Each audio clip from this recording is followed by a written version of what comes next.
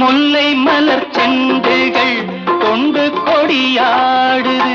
Cent சதிராடினால் அந்த இடை தாங்குமா? இந்த